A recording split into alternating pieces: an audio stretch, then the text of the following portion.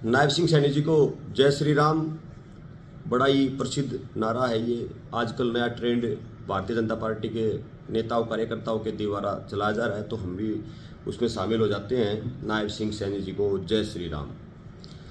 नायब सिंह सैनी जी कल आ रहे हैं। अपने भाजपा मेयर प्रत्याशी सोनीपत में जो उन्होंने उतारे हुए हैं, पूर्व में उनकी पत्नी मंत्री भी रही है, पूर्व में वो मुख्यमंत्री जी के मीडिया सलाहकार भी रहे हैं, बहुत बड़े बड़े पदों से उन्हें सुशोभित किया गया है। वो यहाँ से मेयर प्रत्याशी बना करके भारतीय जनता पार्टी ने उतारे हुए हैं। तो कल नायब सिंह सैनी जी उनके पक्ष में रोड शो वगैरह करने के लिए आ रहे हैं।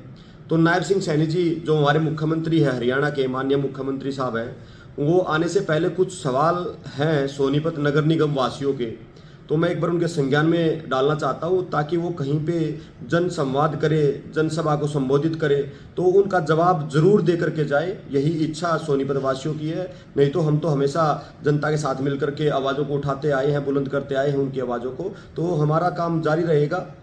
सबसे पहले नगर निगम जब बना था 2015 के अंदर, तो 26 गांवों को शामिल किया गया था। 52 दिन तक धरना चला, कुछ गांवों को बाहर निकाल दिया गया था, कुछ गांवों को बीजेपी के ही नेताओं के द्वारा षड्यंत्र रचते हुए शामिल कर लिया गया था। जिनसे वायदे किए गए थे, टैक्स माफी के वायदे किए गए थे, जो उनकी जमीन ली गई थी उनको वापस देने के वायदे किए गए थे कि उनको कभी हाउस टैक्स नहीं आएगा, और जो उनका पैसा पंचायती फंड जो उनके पास था गांव के अंदर, वो पंचायती फंड उसी गांव के विकास पर लगाया जाएगा। सबसे पहले विश्वासघात इन गांव वालों के साथ सोनीपत नगर निगम में बनते ही वहीं से शुरू हुआ था। ऐसा कोई भी वायदा मानने से भारतीय जनता पार्टी के नेताओं ने मना कर दिया।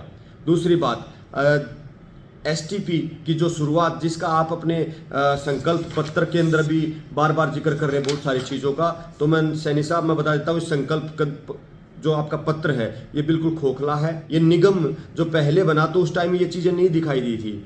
मतलब मंत्री जिसको आपने टिकट दे करके उतारा है, जिसके पास वही मंत्रालय था, जो मालिक हुआ करती थी सभी निगमों की, उसी के पति को आपने यहाँ से निगम की टिकट दे के उतारा, और आप कह रहे कि 10 महीने के अंदर हम पूरी कायाकल्प कर देंगे।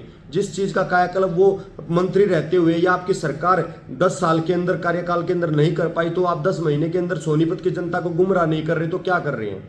ये सिर्फ और सिर्फ लोगों को गुमराह करने का, बेवकूफ़ बनाने का आपके द्वारा काम किया जा रहा है। दूसरा, मैं सोनीपत की जनता आपसे पूछना चाहती है कि ककरोई रोड के ऊपर जो एसटीपी प्लांट के लिए जो काम शुरू हुआ था वो 10 साल से अधर में है, कोई शुरुआत नहीं होली, रोड टूटा हुआ पड़ा उस लाइन के चक्कर के अंदर। अभी लगातार अखबारों के अंदर वो मीडिया के दौरान उसकी खबरें भी आ रही हैं। उसका जवाब जरूर दे करके जाए कि आखिर वो क्यों हुआ है। नगर निगम की बिल्डिंग बननी शुरू हुई थी आपके इन्हीं के कार्यकाल के अंदर, बिल्डिंग भ्रष्टाचार की भेंट चढ़ चुकी है। एक आईएएस अधिकारी, शायद नाम उनका कोई धर्मेंद्र है, वो सस्पेंड हो चुके हैं उसी भ्रष्टाचार के अंदर। खजूरों के पेड़, जो खजूर है, पूरा सोनीपत उन बातों का गवाह है कि किस प्रकार से बगैर वातावरण के, बगैर उसकी जलवायु के वो खजूर के पेड़ यहाँ पे लाए गए, उसकी आड़ में एक भ्रष्टाचार किया गया। ड्रेन नंबर 6 जिसका निर्माण, जिसके अंदर आप यमुना के अंदर जाकर के आचमन करते हैं कि हमारी गंगा स्वच्छ है, तो मैं आपको बताना चाहूंगा ये ड्रेन नंबर 6, इसका जरूर आप मुआवना करके जाए। यही ड्रेन नंबर 8 के अंदर गिरती है और यही जाकर के यमुना के अंदर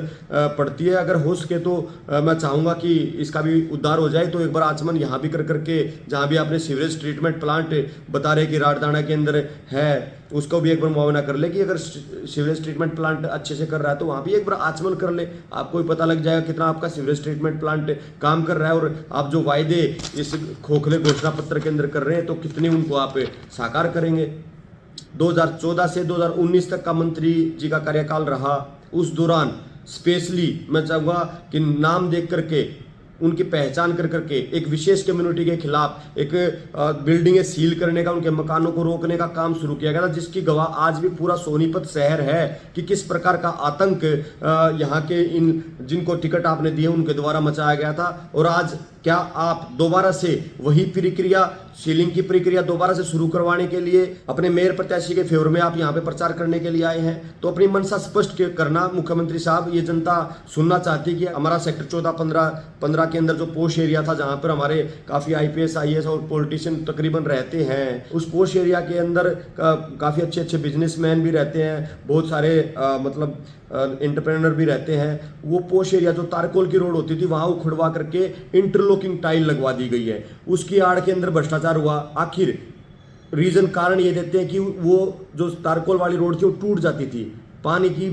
बरसात के अंदर क्यों टूटती थी, उसका निवारण नहीं हुआ, वो पानी क्यों भरता था, उस जल निकासी का निवारण नहीं हुआ, बट वहां पे इंटरलॉकिंग टाइल निकाल दी गई उसके आड़ के अंदर भ्रष्टाचार करने के लिए। तो ये पॉइंट्स है। तो क्या दोबारा से सोनीपत को उसी दलदल के अंदर डालने के लिए आप यहाँ पर अपने प्रत्याशी के फेवर में वोट अपील करने आ रहे हैं? ये सवालों के जवाब जरूर दे करके जाएं। जिन गायों के नाम पर आप हमेशा उनके चारे के नाम पर, उनके रखरखाव के नाम पर गौ सेवा आयोग भी आपने बनाया, उसकी आड़ में जो भ्रष्टाचार हो रहा है वो आपके संज्ञान में जरूर है, क्योंकि आप मुख्यमंत्री है। उसके अंदर हो रहा है, कौन से घोटाले हो रहे हैं, कितना चारा मंगा, कितना गायों को मिल रहा है, कितना नंदीशाला के अंदर जा रहा है, सब कुछ आपकी नाक के तले हो रहा है। गायों के नाम पर गंदगी फैल रही है, उनके उठाने के नाम पर टेंडर दिया जाता है, गाय का उठान नहीं हो रहा है, गाय लगातार, आवारा पशु लगातार सड़कों पर है, जिससे लोग अपने प्रियो को खोने पर मजबूर हैं। रोड एक्सीडेंट के अंदर मृत्यु हो जाती है, एक्सीडेंट में चोट लग जाती है, वो अपना मतलब इलाज करवाने के लिए भी असमर्थ लोग भी प्रताड़ित हो रहे हैं सिर्फ आपकी कार्यशैली के कारण। तो लोगों को इन चीज़ों का जवाब जरूर दे करके जाएं।